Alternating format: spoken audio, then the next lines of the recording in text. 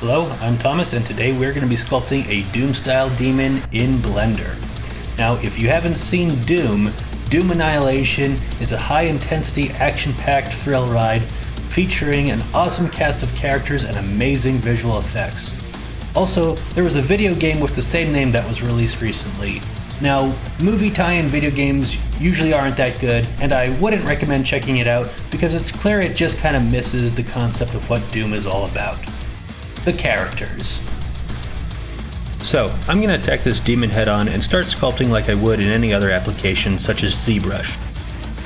I start with the basic cube, and then press Ctrl R to remesh. This will give me an even coat of quads across the entire mesh. I'll create a quick indication of the major landmarks of the face, such as the eyes and the nose, or in this case, the lack thereof a nose. Next, I'll mask off the base of the skull. Invert the mask and then use the grab brush to drag out the neck. From here, I'll simply sculpt out the bust of our demon. Throughout the early stage of the sculpting process, you'll see me continually hit Ctrl R to remesh.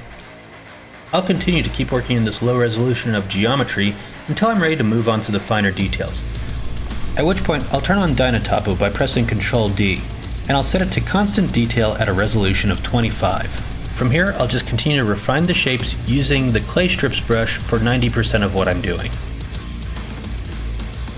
Before you start creating your own demon spawn, it's probably a good idea to have at least some idea of basic human anatomy. For this project, I made sure to gather some reference for the forms of muscles, skin textures, and the landmarks of the human skull. After this, I spent a considerable amount of time browsing for the amazing 3D sculpture work that went into the production art on Doom. You can find a lot of the artists have their work posted on their ArtStation profiles. I would also strongly suggest listening to the Mick Gordon soundtrack on constant replay. That way there will be a sufficient amount of heavy metal infused directly into your sculpting. Overall, I spent a little over an hour on this section of the sculpting. But with that, I'll stop talking and let you watch the rest of the video.